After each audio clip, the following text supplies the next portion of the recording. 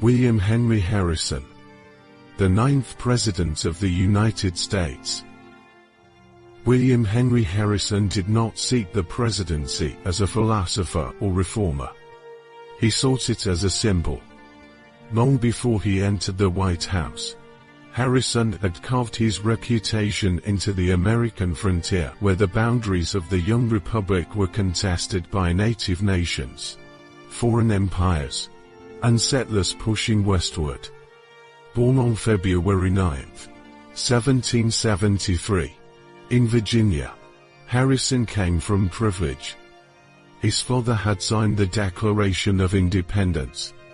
He was raised within the political class of the early republic. But Harrison chose the military. In the Northwest Territory, he built his career in conflict. As governor of the Indiana Territory, he negotiated and often coerced land treaties that transferred millions of acres from native tribes to the United States. Expansion defined him.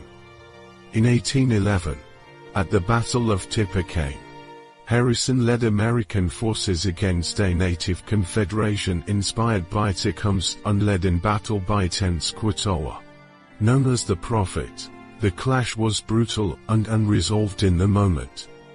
Casualties were heavy on both sides. But politically, it was transformative. Harrison emerged with a title that would follow him for decades: Old Tippecanoe. During the War of 1812, he reinforced that image, commanding US forces in the Northwest and defeating British allied native forces at the Battle of the Thames. Military success turned him into a national figure. Yet decades passed before he would stand for the presidency. By 1840, the United States was economically wounded. The Panic of 1837 had shattered banks, businesses, and public confidence. President Martin Van Buren bore the blame. The Whig Party understood something fundamental. Voters were not searching for policy detail. They were searching for reassurance. They presented Harrison not as an aristocrat, but as a man of the people, a log cabin candidate who drank hard cider and understood frontier hardship. It was political theater of a new kind. Campaign songs, slogans, mass rallies, modern electioneering was taking shape. And Harrison became its vessel. He won decisively. On March 4, 1841, beneath cold skies in Washington City, Harrison delivered the longest inaugural address in American history, nearly 2 hours. He spoke without an overcoat, without gloves, determined to project vigor at 68 years old. It was a display of endurance. It would prove costly. Within weeks, Harrison fell ill. What began as a chill deepened into pneumonia. Medical treatment of the era offered little relief.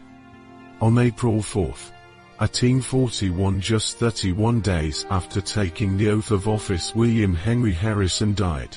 No president had ever died in office. The Constitution offered no detailed roadmap for succession. Uncertainty spread through the Capitol. Vice President John Tyler moved quickly, insisting he was not merely acting president but president in full.